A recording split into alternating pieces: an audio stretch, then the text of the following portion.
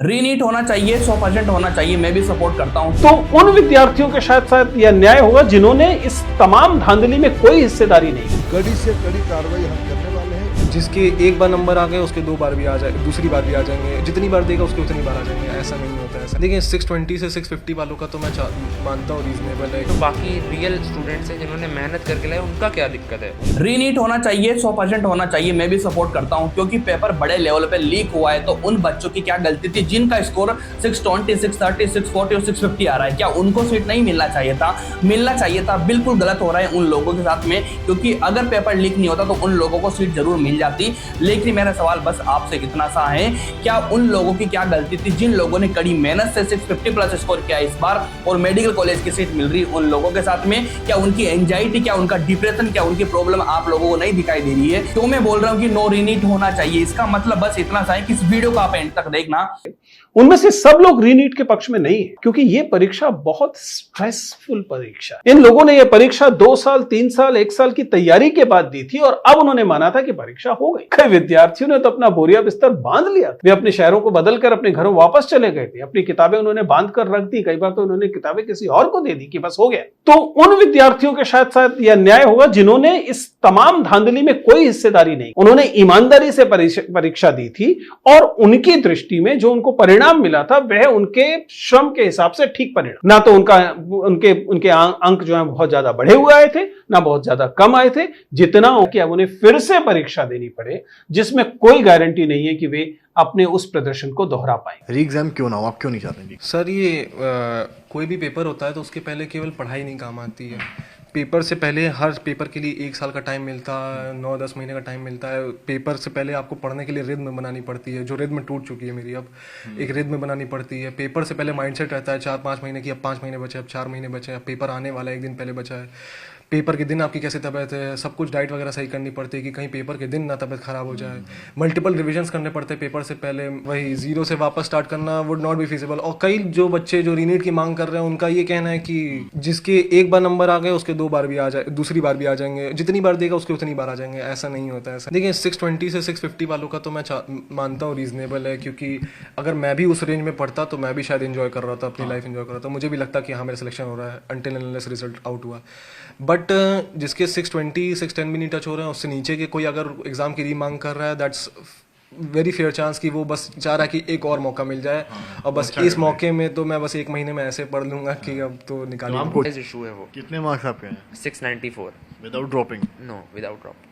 बहुत बात ये है कि जो स्कैम में इन्वॉल्व हैं या फिर जो चाहते हैं असलियत में जिनका कुछ है, उनका लग रहा है कि उनके एरिया में कुछ हुआ है, तो वहाँ पर लोकलाइज इशू होने चाहिए, ऐसी चीज़ें सेटअप्स होने चाहिए। लेकिन जो बाकी रियल स्टूडेंट्स हैं जिन्होंने मेहनत करके लाए, उनका क्या दिक्कत है? उनकी मेरे भी अच्छे, मैं तो नहीं चाहूँगा रीनीट देना, क्योंकि मेरा तो सब सही है हर जगह। चाहे मेरा बोर्ड का भी देख लीजिए आप, 94% है। जेई मैंने 96 परसेंटाइल है, क्लास 10 में 96.7% है। तो हम लोग का मेरे सारे टेस्ट स्कोर्स भी ऐसे ही थे, 690, 670। तो बैकग्राउंड चेक भी अगर करना चाहे कोई कर सकता है। स्टूडेंट्स हैं, हमारे फ्रेंड्स भी हैं कई जो जिनके 690, 700 भी स्कोर्स हैं, तो वो लोग भी कहते हैं कि हम लोग को तो कोई दिक्कत ही नहीं है, हम लोग से क्यों हो गए। लेकिन अब कड़ी से कड़ी कार्रवाई हम करने वाले हैं। सीबीआई की घास गिरने वाला है। जो भी लोग हैं उसकी तह तक हम किसी को भी नहीं छोड़ेंगे। ठीक है? तो मिल गया आप लोगों को जवाब कि क्यों मैं इतना बोल रहा हूं कि नो रीनीट होना चाहिए, नो रीनीट होना चाहिए। उन बच्चों के साथ अन्याय नहीं होना चाहिए, क्योंकि एक बार मेडिकल सीट मिलने के बाद में, एक बार एग्जाम देने के बाद में, कड़ी मेहनत के साथ में बच्चा दोबारा से इस चीज में नहीं आना चाहेगा, दोबारा से एग्जाम देना नहीं चाहेगा यार,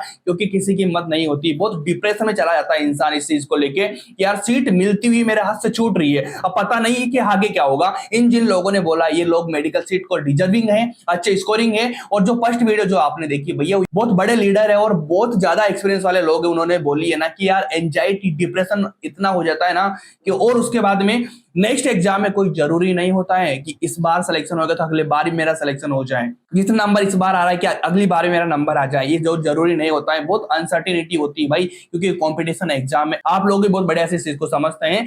तो मेरा सवाल बस नो रीनीट को या फिर रीनीट के फेवर में नहीं है, मेरा फेवर में इतना सा है कि मैं चाहता हूं उन लोगों के साथ में गलत नहीं होना चाहिए जिन लोगों ने मेहनत से अपना स्कोर किया है। अब इस चीज को कैसे पता करेंगे, गवर्नमेंट का काम है, मेरा काम नहीं है। काफी लोग कह रहे थे कि आप बताओ इनका क्या सॉल्यूशन है, तो भाई मैं सॉल्यूशन इसका दे दूंगा, लेकिन ये काम गवर्नमेंट का यार, मेरा काम नहीं है। मैं चाह रहा हूं कि बस इन बच्चों के साथ में गलत ना हो, उसके बाद में चाहे रीनीट हो चाहे नो रीनीट हो, उस चीज से मुझे कोई लेना देना नहीं है। बस मैं इन लोगों के साथ में खड़ा हूं।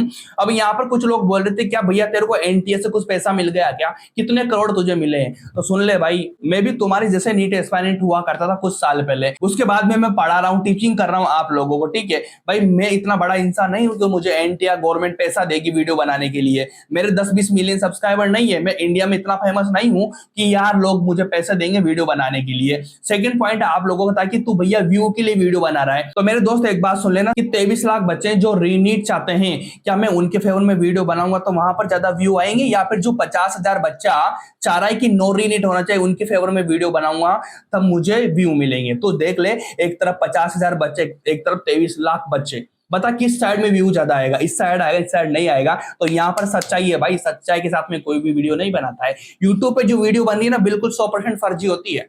आप देख लेना उन लोगों की वीडियो बना के क्या बोल रहे हैं क्या नहीं बोल रहे हैं, वो अपना फायदा देख रहे हैं। आप लोगों को समझ में नहीं आ रहा, आगे जाके चीजें समझ में आएगी आप लोगों को। तो इस चीज को मान के चलना कि व्यू के लिए नहीं यार, मैं सच्चाई के साथ में खड़ा हूं। और सबसे बड़ी चीज एक बार मेरा चैनल उठा के देखना, 1 महीने पहले से क्या मैंने कोई इस नीट कंट्रोवर्सी पे कोई एक भी वीडियो बनाया कि रीनीट होगा, पेपर लीक हुआ, ये हुआ है? बिल्कुल नहीं बनाया मैंने। अगर व्यू के लिए बनाता तो उस टाइम पे मैं भर भर की वीडियो बना रहा होता, लेकिन मेरे को लग रहा था कि यार इस चीज में झोल होएगा, कुछ न कुछ इन बच्चों के साथ में गलत जरूर होगा। तो मैंने एक भी वीडियो नहीं बनाई है पूरे मंथ में। एक बार आप चेक करना, फिर आपको पता चलेगा कौन सच्चा था और कौन झूठा इंसान था। और इस चीज के बारे में आप कुछ समय बाद समझ जाएंगे कि मैं कितना सच्चा हूं और कितना झूठा हूं, ये आप लोग बहुत बढ़िया से समझ जाएंगे। तो अगर इस वीडियो में आप भी चाहते हैं कि नो रीनीट होना चाहिए, तो इस वीडियो को ज्यादा ज्यादा शेयर करना, ज्यादा ज्यादा लोगों तक पहुंचाना, इस वीडियो में लाइक और कमेंट ज्यादा करना, ताकि इसकी रीच ज्यादा लोगों तक पहुंचे और हम अपनी लड़ाई लड़ सकें। होगा क्या मुझे नहीं पता, 8 जुलाई को क्या डिसीजन आएगा, लेकिन हम अपनी बात ना कहें, हम अपनी चीज को ना बताएं लोगों को, ये सबसे गलत होगा।